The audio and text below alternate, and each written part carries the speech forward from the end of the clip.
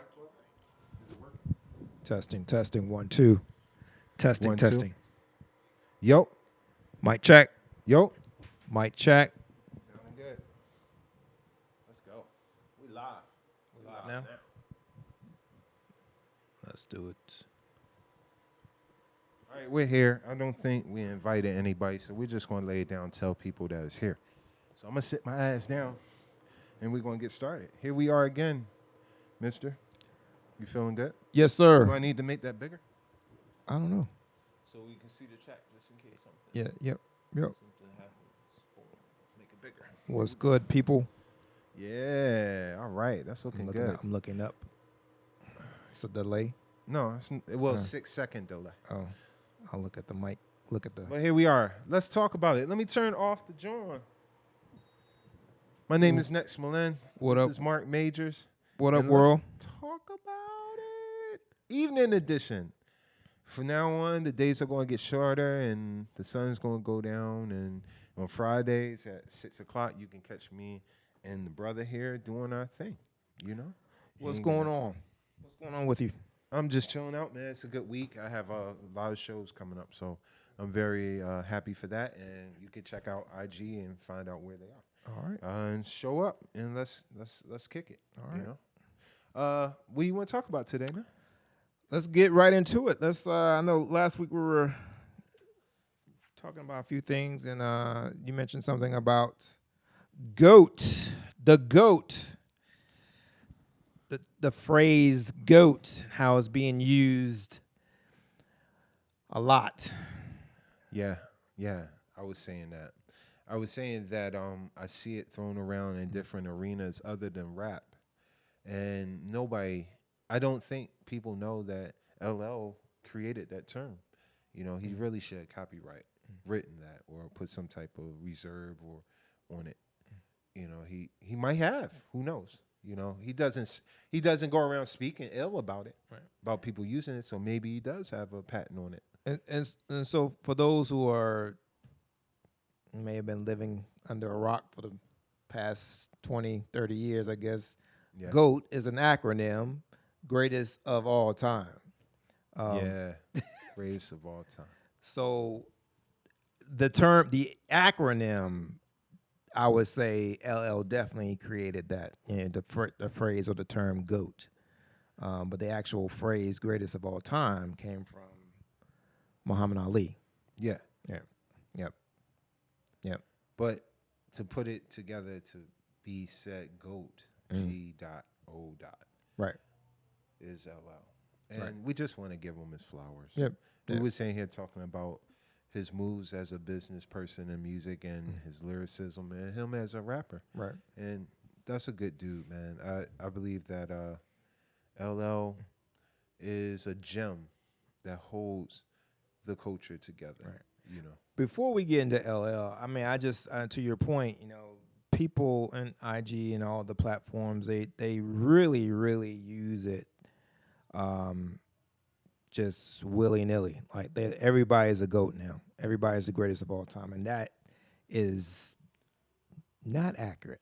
I would say. No, it's not. Can I grab some water? Absolutely. So talk to the people. I'll be right back. Yeah. So I would just say that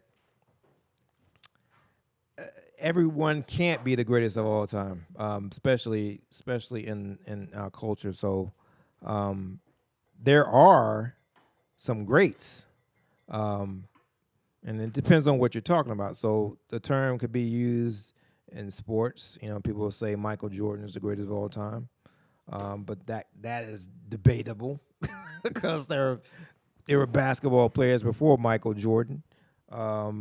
So sports or whatever, hockey. I mean, whatever subject or area that we're talking about. I mean, there is someone who supersedes or does an exceptional job of that craft or that sport. And in this case, when LL coined that phrase, he's speaking from his experience of being a lyricist and being a business savvy artist who knows the ins and outs. So we were talking about cannabis earlier, and that the whole situation where cannabis went at LL back in '96, I believe, Yeah. and I and we're gonna go get into it because I felt like that was for as a record that was just one of the greatest diss records of all time at that time. And understanding, I grew up in the area when in the era when LL came out and I Need a Beat and I'm Bad and all the records that came before that. I'm a huge LL fan, but at that time, when cannabis came out, I felt like there was a sense of hunger. He wanted. I'm not gonna say he wanted the throne, but the way that went down was he was on a record. The record was called 4321. It was on LL's Phenomenon album, and it had Redman, it had Method Man, it had DMX, and this new kid, Cannabis. And Cannabis was we were talking about the timeline of, as far as the order or who was on the record, and you said Cannabis was third. Anyway, he goes into the line. He says, what was the line? He said, ah, No escapes clue what escapes. the line. I'm escaping, but he goes into it and he talks about borrowing the mic on LL's arm, which was the tattoo on his arm at the time. LL felt a certain way and changed his verse on the record and went at Cannabis, which was like very psychological. I mean, it was very, very, it was brilliant. It was brilliant. It was his record, so he had control of the record. And then he's got this kid who just basically was idolizing him. And LL took it the wrong way. Now so that's debatable, And LL, we're talking about '96, so we're talking about a very very long time ago. So anyway, make a long story short, Cannabis released Second Round Knockout, goes at LL, just goes at him, and LL responds, and the rest is history. But we were talking about how strategic LL was in doing this because the actual diss record that Cannabis put out was kind of like a leading single for his record, which every other record on that album wasn't that. It wasn't really. It wasn't good. I don't know a better way of saying it, but it wasn't a good album, and it ruined his career, point blank. But I'm not talking. That's what I mean. I don't think the album ruined his career. I believe that the music business he wasn't prepared for. Right. The business of music. Right. And yeah, he sabotaged his own career. Right. You know, the album. I agree with his that. career. But you and I were talking about the actual diss record. Yeah. And I felt like the diss record was one of the greatest diss records of all time. And that's my opinion, just rating all of the classic diss records that I grew up listening to. To me, that was, he was hungry. Just the metaphors and all the things that I look for in lyricism. Lyricists, he went at LL. Now, LL, to me, is the greatest of all time. But to get back to the title, yeah, I believe that LL should be the one that used the acronym. I think that people, here we go with borrowing the mic. People borrowing that acronym to put it on other people is, to me, it's just biting. Right. Come up with a term that's that is universal for other rappers. It definitely is being overused, and putting it on people who haven't been out for 2 years. Exactly. How can someone be the greatest of all time when they've just had 1 or 2 records and they've only been out for 2 years? So, to me, how can they be great? How can they be great? Exactly. Exactly. Just great. So, It's a lot of good artists out right now, yeah, young and old, yeah, and middle. right, All of it, 50 years of hip hop culture has a phenomenal track record of MCs, right. female and male. And the term legend, like that's another one that has been overused. I don't think that hip hop is old enough to use these terms. Right, You right, know, right. So I'm like, rock music is close to 70 years old, and they're just now. You'll see Pantera, you'll see Limp Bizkit, you'll see older groups like Aerosmith and things like that, and they're going on legend tours. right. I mean, 70 years in, 60 years in, I think hip hop has 10 more years, and then Rakim can go on a Legends tour with Cool G Rap and things like that. I think we're being that the music business fed back to us our music for our culture and fed it back to us as disposable. We tend to try to get everything. You know how you in a rush, Right. because it may not be here. Right. I think we feed into the commercializism of our music, the way the industry fed it back to us as disposable. Yeah. So yeah, I am the greatest of all time, because rap music ain't going to, my rap career ain't going to be 30 years. Right. It's only going to be 10 years. Right. We believe that. Right. My artist career is 30 plus years, and I'm enjoying myself. Right. And all mediums of hip hop culture, all the elements, I'm still doing them to today. So, I never, I didn't buy into it being a flash in the pan. Right. And I wish that other MCs that are coming on today would, help, like literally help. We all have to work together to make this thing big as rock music, which it can be. And I guess, as we wrap this section off, there's nothing wrong with calling someone a great artist. Like, you can be a great artist.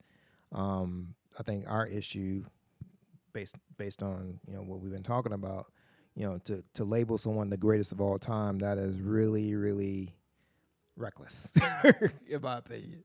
Yeah, because now you have to live up to it. Yeah. And living up to it is, once you get to the top, there's nowhere to go but down. Right. So you have to learn how to float in midair. Right. So calling yourself or allowing people to call you the greatest of all time, where are you going to go from there? Right. True. LL is the greatest of all time because, just like true hip hop culture and true hip hop is, he crossed genres. Right. He's an actor. He's a lyricist. He makes beats.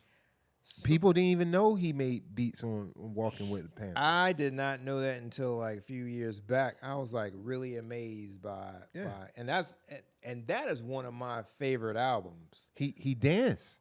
What he has choreographed. Yeah, I can see that from Crush Groove. He had just and after that doing Hey Love Time with Trap Masters, he was dancing in those videos, choreographed and keeping up, Round the Way Girl and all that stuff. We go to the show, since '84. I mean, and still doing it. His latest project was phenomenal, produced by Q-Tip. Yeah. Again, generational differences and their opinions about that album, but I loved it. What's his mask? Alter ego? Right. What's the name? Mr. I forget what it is. But it's literally his alter ego. It's on the new album. The name of the song, and when I saw the video, he didn't even put it under LL's YouTube page. He made a YouTube page for his alter ego.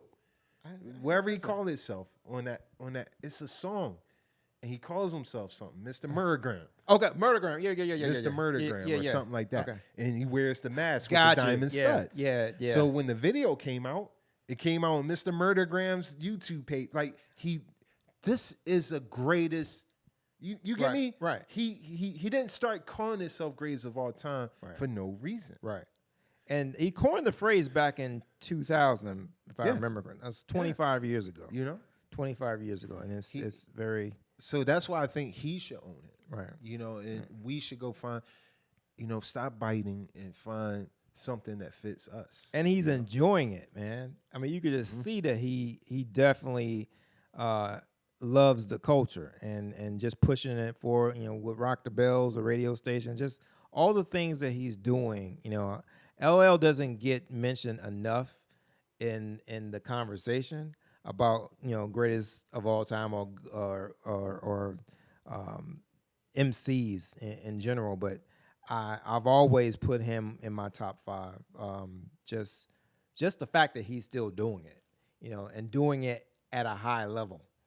That's to me that is there is no there's you cannot change my mind that he should not be there. But that is the real reason why we're talking about this. I Mm, think it's overused. I think people are using our context. mm, I think people should leave it to him because of the accolades he hold. mm. You know, it's like in basketball, you don't really use that term too much. When you hear that term, most people think of LeBron versus Michael. Jordan. Mm, But those cats got accolades. mm. They have a lot of wins, a lot of trophies, a lot of rings, Right. a lot of shit to be in that category. Right. So whereas young rappers or young rappers fans saying it about their favorite rapper, Right. it's not true. Right. You know? Well, I don't know. I mean, I don't know where we're going from here. Yeah, I mean, somebody can jump on the chat, let us know. I think I messed up the name of his alter ego. I think I'm thinking about Murdergram 2, but on that album, he has a song that he has a video for, and he wears a studded face mask, pullover mask, and studded with diamonds. Well, And that's the video. That was the video. yeah, he did a video for the song. Uh, The name of the song is the alter ego that he assumes when he puts that mask on. Let me see what I find here. And this is your boy. I thought you noticed that. I missed that. I missed that. That he totally ain't LL on that song. He's a total different MC. I'm so behind on videos and it's just I have I Well, I digest my music through Yeah. video Yeah, now yeah. more than anything. I don't Spotify or all Yeah. that stuff. yeah. Or I don't even I missed listen. that part. I missed that part about how I connect with music. Videos were a big thing Mhm. for me to connect with the music and then connect with the artist because you see the imagery and you see all the things that kind of surrounds their artistry when they Yeah. put it on screen. So I missed that aspect of the music. But then it's kind of it goes back and forth because what I'm feeling now when I hear music, I just hear the music. Yeah. And so it's another side of me analyzing and critique, Mhm. whereas the imagery played a big part back in the day, and sometimes if quite honestly if the video was good and the music was kind of like you can kind of rock with it and kind of grow into it that way, whereas like instantly I have this thing like the first 3 seconds of a song or I'll say the first 10 seconds of a song. If it doesn't hit me, I may have to come back to it later Yeah. and rediscover it. I'm kind of weird when it comes to, but like the videos played a big part of me rapping into the music and getting into the music back in the day. So I missed that aspect of it. So it's kind of weird. Well, I think that the DJ is the one that exposes the music sonically. Mm. I like going and hearing DJs play records that are new to me or stuff that I haven't heard. Shout out to all you DJs that do that. That is a good thing and keep on doing that. And speaking of which, before this is a good segue because I want to say rest in peace to Howie T. Oh yeah, Hitman. Hitman Howie T. Those who don't know, New York DJ producer back in the '80s. He did stuff for, if I'm not mistaken, Full Force. He did stuff for Real Roxanne. He did stuff for Chubb Rock, Special Ed, to name a few. Salt and pepper. Salt and Pepper. So he did a range of he had a range of hits back in the '80s into the '90s, and we want to say rest in peace to one of the greats for sure. Rest in peace. Yeah, rest in peace, Hitman Howie T. And we have to get back to giving flowers to the people. Again, young people need to love the whole culture, all the music. You know, it's 50 years of music. Hmm. It's not just 10 years of music. And yeah, I mean, I concur. I really wish, and I know there are people out there that do dissect the music, and they don't just take music at face value or where we are now sonically with music. I mean, back in the day, '80s, '90s, I made it a point to go back into the '60s music in the '50s and the '60s and the '70s. Although I was a very young child in the '70s there's a lot of funk in the '70s, and it's just amazing how relevant that sound is today. Um, it was just the musical genius of a lot of the bands, Earth, Wind and Fire, Fatback Band. I'm drawing a blank because I'm just so overwhelmed by Stevie Wonder, just just the sonics of the music that was made in the '70s in particular. Um, it moves me, it touches me, and Marvin Gaye, just Motown and the Philly sound. Yeah, Yeah, just is funk is well, hip hop is an extension of funk yeah. music. Just like funk is an extension of soul music in the '60s and blues and jazz. Everything is connected, Mm. you know. And the DJ was there the whole time, Right, you know. right. And let's talk about oversaturation of DJs. Oh man, look, man. I'm constantly on IG, and I've been wrestling this for a long time. But I said this takes the cake. I saw a DJ underwater. I kid you not. Was he DJing?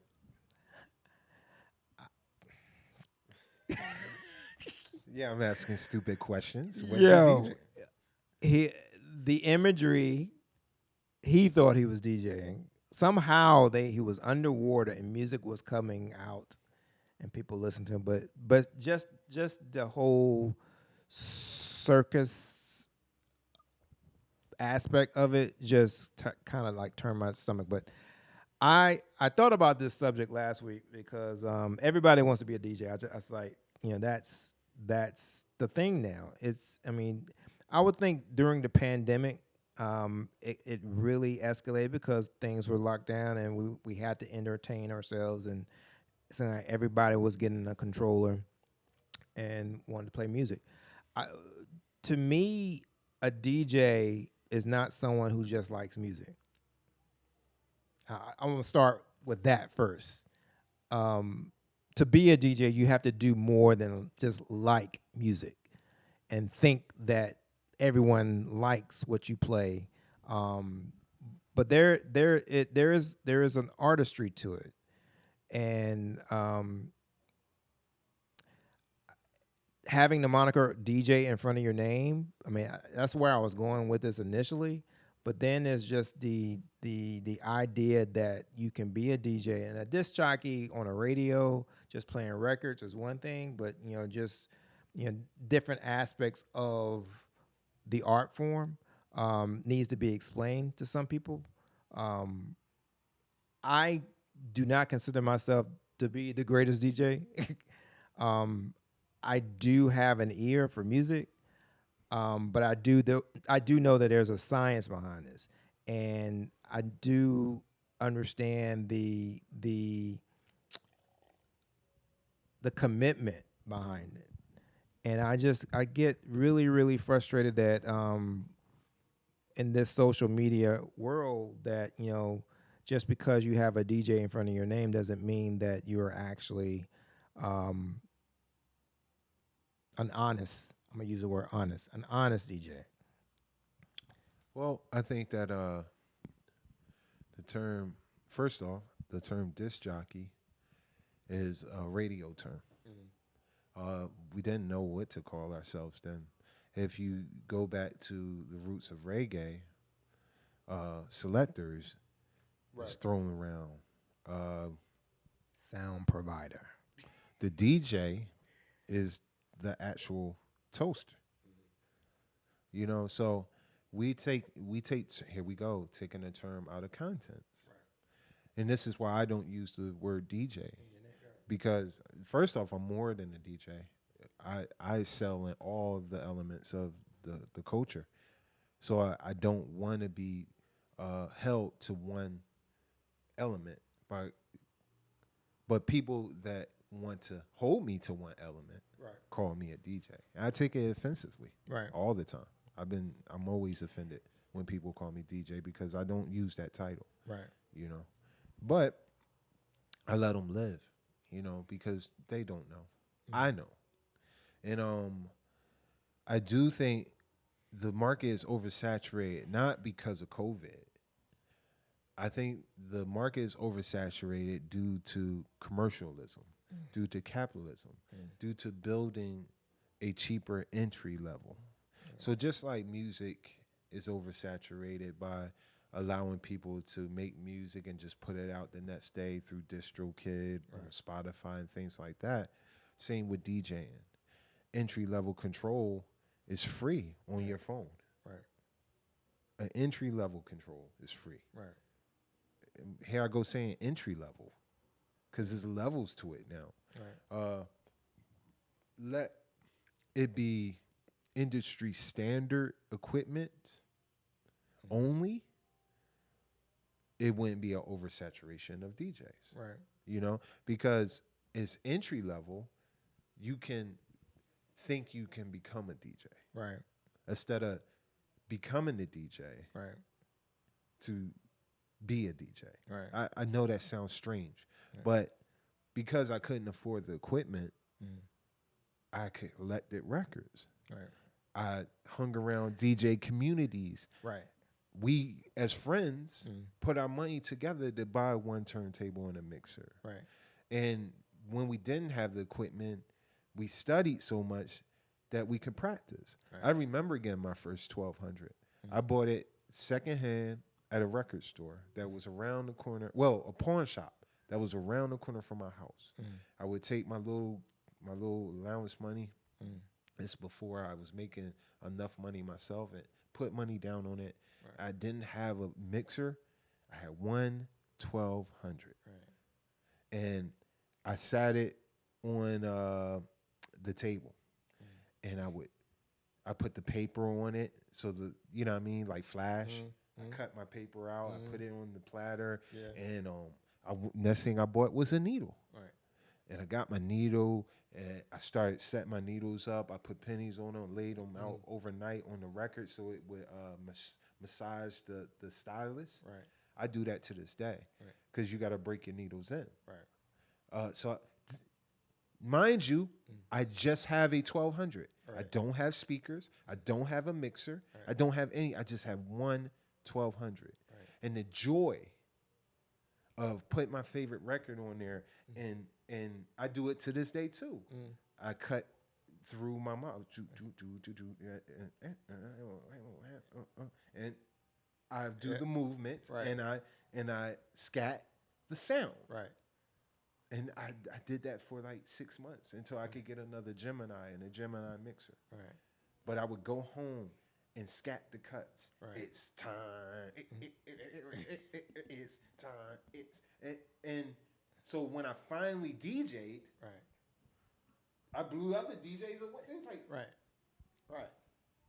how you, that doesn't happen today because I can go get whatever it is, DJ on Apple phone at the App Store for free. Right.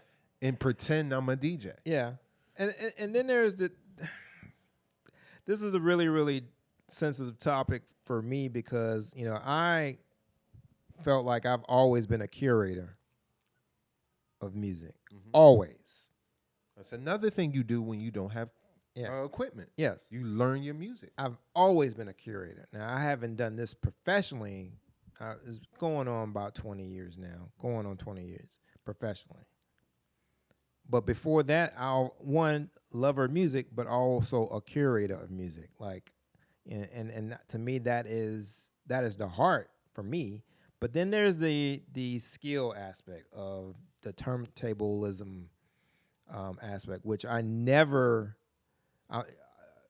I've never admitted I am not, there. Not that I haven't invested the time or the practice. It's just to me, for me to play music, it has to make sense. Like it has to make sense to me. Like what I kind of let me put it to you this way. I kind of leave that part alone because there are people that are far greater than me as far as like not the mixing part, but just scratching records and doing just the multiple ways of scratching and cut records. I to me I don't want one, I don't want to embarrass myself. And then two, I I think everyone has their lane, and I like to stick to my lane. My lane is blending. I feel like I beat match in my head, and I listen. I can I have the sixth sense. I can listen to a record and say, "Oh, that sounds like this record." I just need to find that record. I may even have that record, and I just have to, I put the pieces together. We're cooks, Yeah. we're chefs. Yes, we are. And that's the beauty of DJing to me. That's the essence for me. Like, mixing, putting recipes, inventing stuff, like, and patterns and having sets. That is a commitment and there's an artistry to that. So that aspect, that's my heart. The mixing and the scratching and the people that consider to be turntablists, there's a lane, there's a time for that. Um, there's a venue for that. There's an opportunity for that, and I kind of let people do that. So I that's a think I think that you're right, man.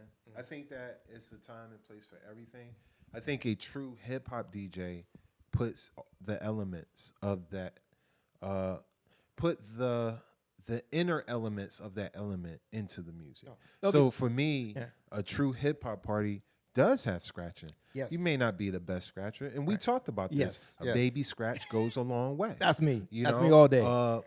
mixing. You put. That's what separates you from a house DJ. Right. Is the elements of a hip hop DJ. Right. So when I hear you saying there's other people that are better, how are you going to get better if you don't try?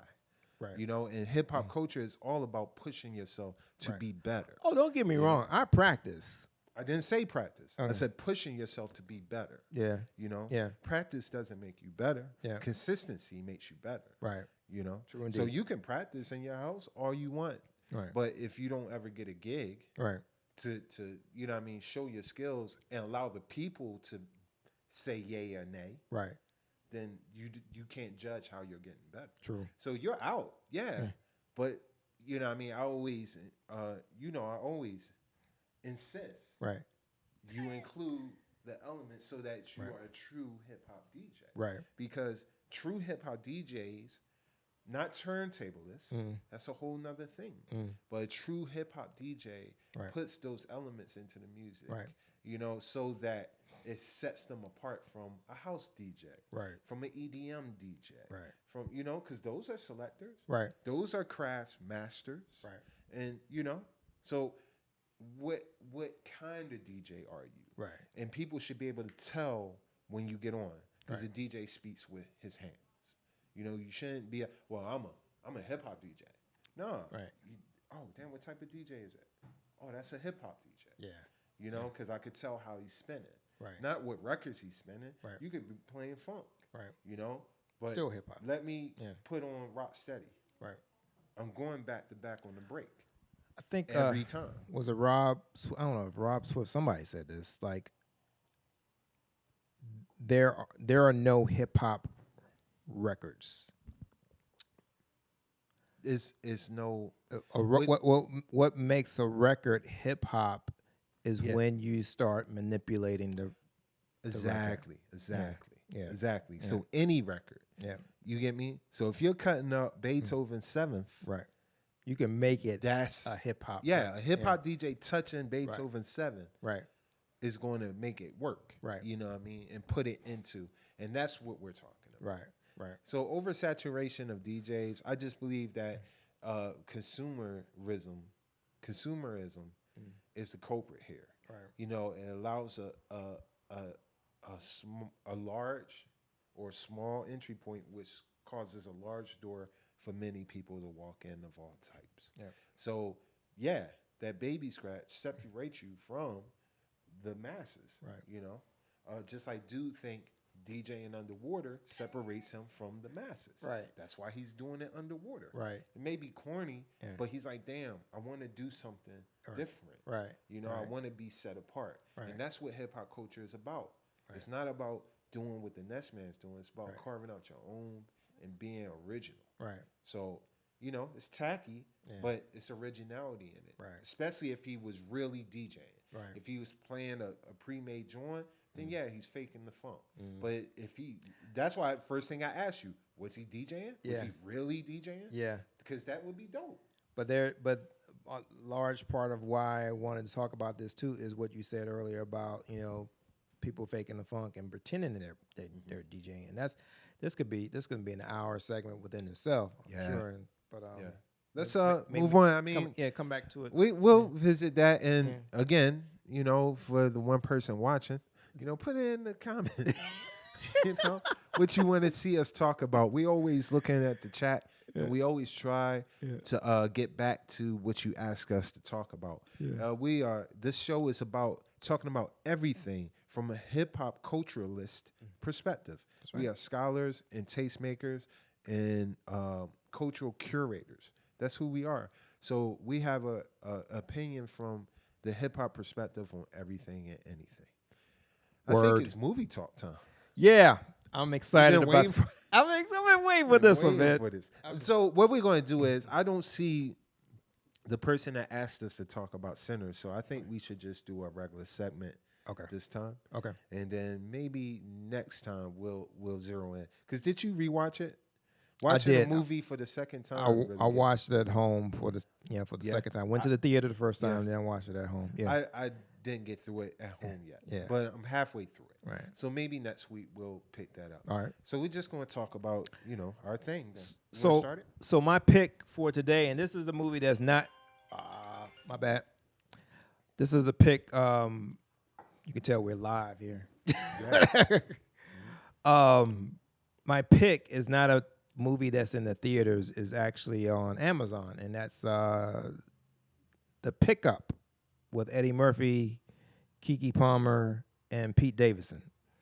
And again, I think you need to check it out for this reason. One, it definitely has some action in it. It's got some comedy in it because you have Pete Davidson and Eddie Murphy, Keke Palmer. They're all comedic actors and actresses. The action is good. The premise is they're security drivers, security on the ones that pick up the money from banks and things of that nature, and it has a realistic feel to it, and it was very. Again, I'm trying not to give too much away, but I recommend that you give this movie a try because of just the premise of the topic, but then also the action and comedic value to it. I give it probably a strong 7.5, 8. As far as storyline, as far as action, comedic value. Eddie has been putting out some projects out. I think he's definitely, tapping into to his artistry as an um, older statesman of the acting field. Um, I loved Dolomite. And he's just been in some great films, and this is one that and I'm not going to give this away, but he's not acting like Axel Foley and you know Beverly Hills Cop. He's his subtleness and his acting chops are really. I mean, he's still Eddie Murphy, but there's some range here from all of the cast. So go check it out. The Pickup is on Amazon Prime, and yeah, that's my pick for the week. I'm gonna watch it. I don't have a pick because this is movie talk, so I'm going to talk about some movies. But the movie I want to talk about today comes out today, and is a Spike Lee joint, and is Denzel last Yes. movie with Spike Lee. If everybody, I'm a Denzel fan, so I watch him and I tune into interviews and things like that. And over the spring, Denzel, just before Gladiator came out, he said that he's going to retire and he's going to do 3 movies. One being Gladiator.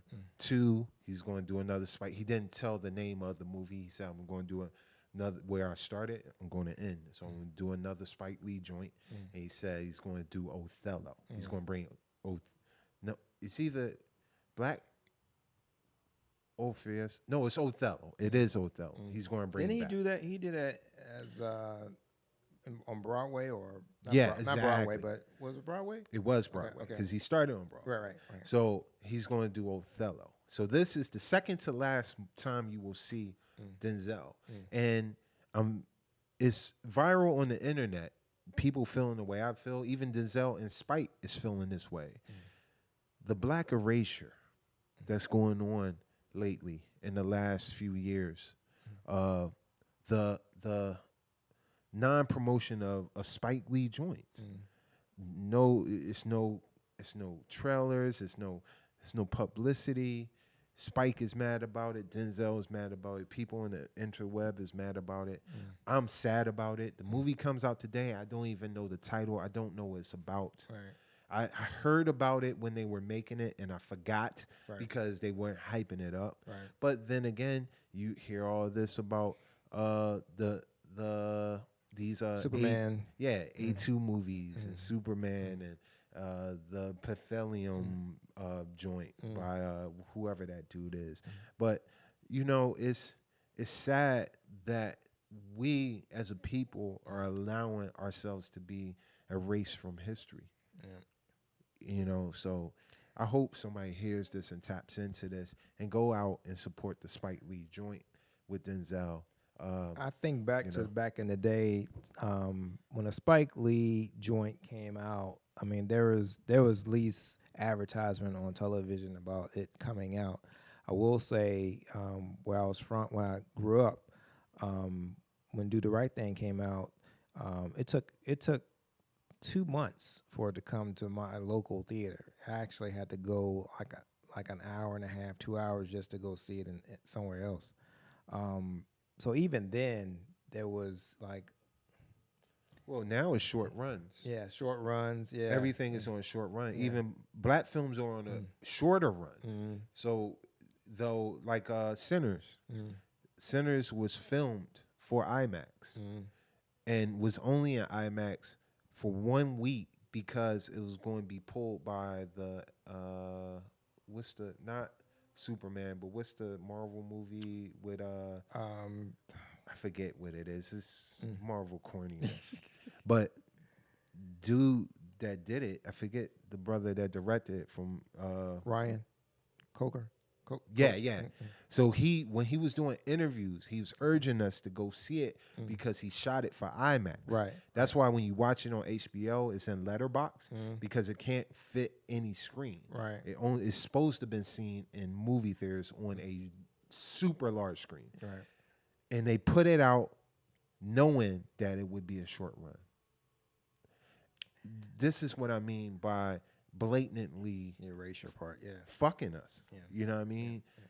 this ain't the days where we have a lot of black films like we used to. Right. You know, so it's a treat for me to see us on the screen, and we as patrons need to speak up about this stuff and Right. and really push that we're great filmmakers. Yeah. You know. Yeah, there's a lot of great black filmmakers out there, and I just promoting their projects is one thing, but supporting them is another thing. We have to, once we see it, we need to, even if it is an hour and a half that we have to drive to go see it. Yeah, I had to drive to go see Yeah. 40 Acres. Yeah. But that's what I mean. In a short run, by the time I drove to see it, you told me you saw it. Yeah. You know, Yeah. so Yeah. short runs these days don't allow us to even have time to go see the movie. So it's important that they're promoted. Right. You know, but they don't want us to see it. Right. They don't want anybody else to see it. Right. They want to do it sort of like the BET Awards, the Hip Hop Awards. Like Fat Joe said, he said, "Yo, they lying." He said they've been pulling funding from the Hip Hop Awards and Soul Train Awards to make them fail, so they could shelve it. And shout out to Fat Joe for taking a risk to say that, yo, because he has a podcast, and I hope that they don't try to attack him for telling the truth, Right. you know, and because that is the truth. Right. When white people are doing stuff for black people, any black people, they look at it as charity. They look at it as they're doing us a favor. They don't look at it as in partnership or ownership. And we have to speak up as a people to make sure that things don't go too far. Right. You know, so go see the Spike Lee joint, please. Yeah. That's all. And tell me how it is. Matter of fact, I'm going to go see it Sunday and tell you how it is next week. Yep. All right. I think we need to move into artists to check for, man. Yeah. Well, my artist to check for is not really a favorable critique of the project, but last week we were talking about the anticipated you was anticipating that Primo Nas, yes, but highly anticipating it. Primo said, wait a minute, wait. Not right now. He said later for that. Right? That's coming out. Yeah. He said later for that. Yeah. I'm going to do Rock Marcy. Yeah. And then I listened to the Rock Marciano project with Primo. But first off, do you like Rock Marcy? I do. Play Rock Marcy. You know what I mean? Like, I play. But I think what happened was this. In our conversation last week, I really, I had to think about it. I said, I think Next is right. Like, there's some nostalgia in listening to a Primo track, and there is a pattern, there is a formula to a Primo track, and that hurts it hurts the artist, I guess, in a certain way that it doesn't elevate them to their greatness. Kind of hard for me to say that. Well, to me, it does. The artist has to be an artist, and to me, Rock Marcy is a great artist. But it's like a fine wine. Some people might drink it and not like it. Some people might drink it and totally enjoy it. Right. There's no middle with Rock. Right. You know, because if you follow his career, he used to rhyme a certain way. Right. When he's with the UN. Right. And then he came up with a style of his own, which is more laid back. It's definitely rhyming. It's definitely putting in a lot of work and a lot of talk. Right. You know, so it's a acquired taste to even want to hear Rock Marcy. Right. You know, so that's why I asked you that. Yeah. Because it may not be Primo. Right. It might be them. No, I think in this case it is Primo. The name of the project is The Coldest Profession. The coldest profession. Yeah, man. So that kind of, I gravitated to that because I thought that was an ill project name. So. Oh yeah, I used that line in a rhyme somewhere. The coldest profession. FBI got the phone on tap because they said Nets Malin got the coldest rap.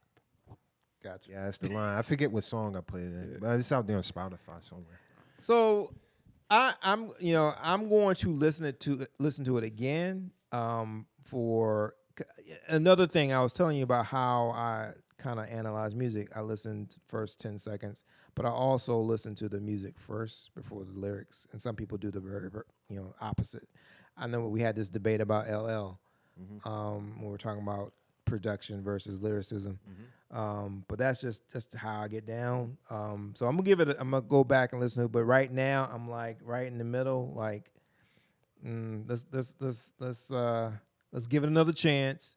And I'm still waiting because Nas is at this current moment as a MC who's still putting out records. He's still at the top, in my opinion, at the top of his game. And I want to hear. I know what you said that is nothing new. I still want to hear what that new is. I mean, Primo's Primo. Yeah. And he reached out. He didn't do this album all by himself with Rock. He gave a shout out today on IG to the people that helped him do the album. So they're all in the credits. Eddie Sancho, of course, he mixed and mastered it. You know, Eddie just finished doing Freddie and Alchemist. Right. So it's a crew right there doing some good work.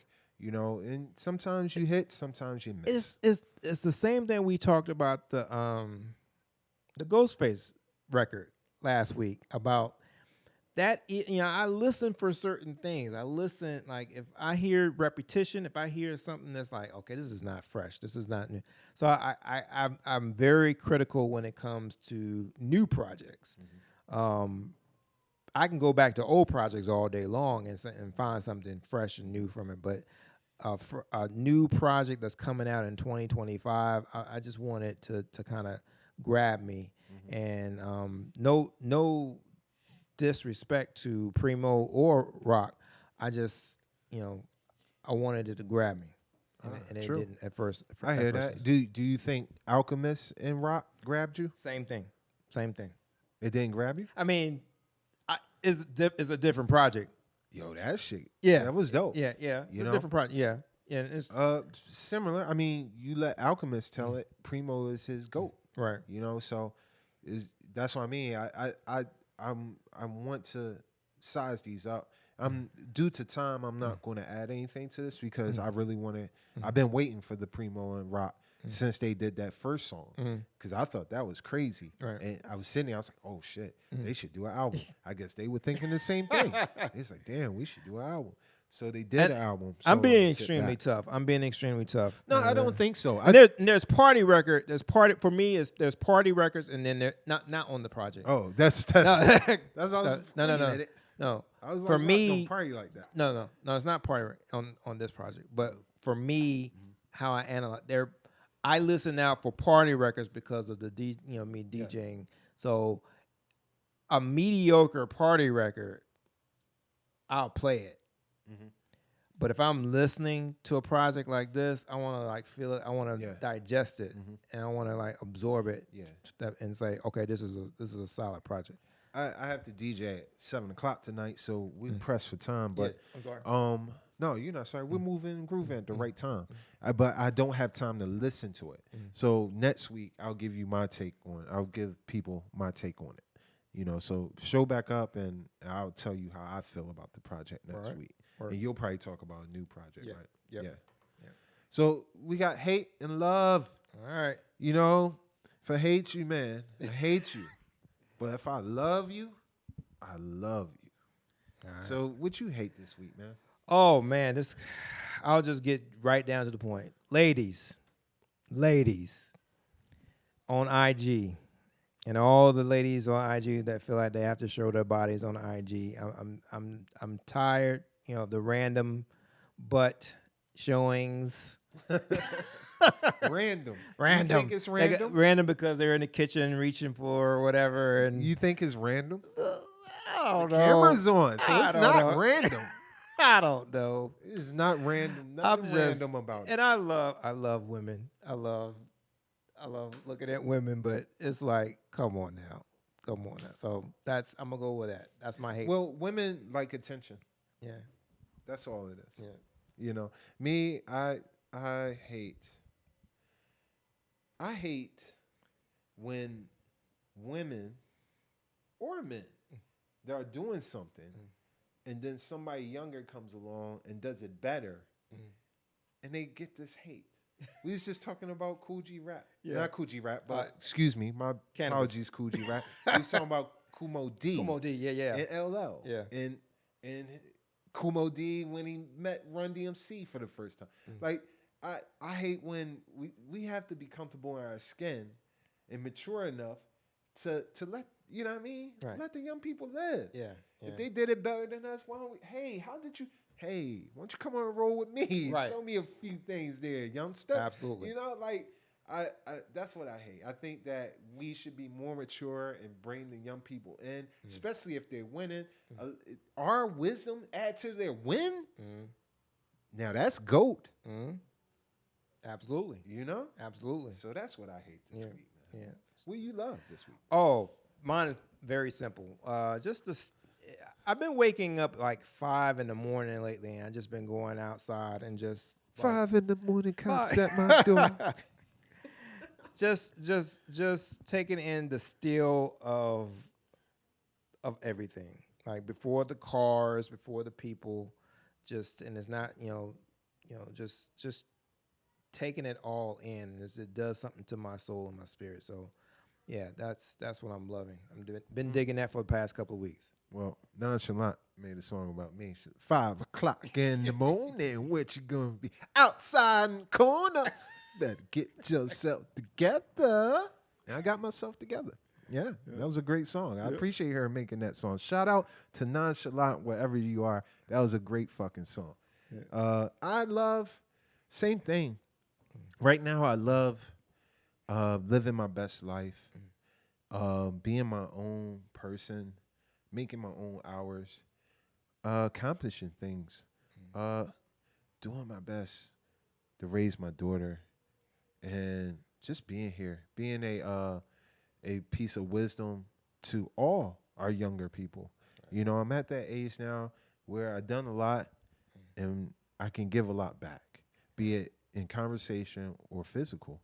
So I'm enjoying that. Right. That's what I'm loving. I love this week. But yo, what time is it? Yes. We got 5 minutes left. There's nobody in the chat room because we changed our time. Just as we was getting good at 12 o'clock, we switched up the time and we got to get the people back and start it.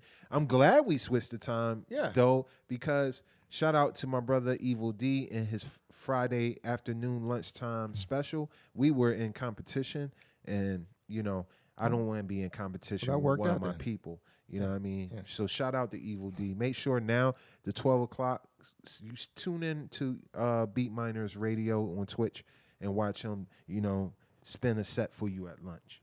And then tune in to us at 6 p.m. We'll be right here every week, 6 p.m., 5 p.m. Central, 4 p.m. Mountain, 3 p.m. Pacific. Yeah, I went to school. You know, I know what's going on. Yeah.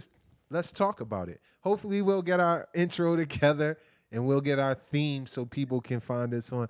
We're still working on it, so I appreciate everybody that tunes in now. These are the beginnings, and like I said, maybe 10 years from now, 5 years from now, maybe a year from now, we'll be talking and laughing about how you was around when we first started and this, that, and the other.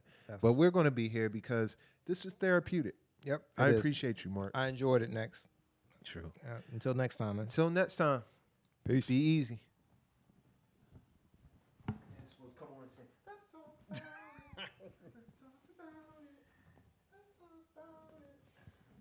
This time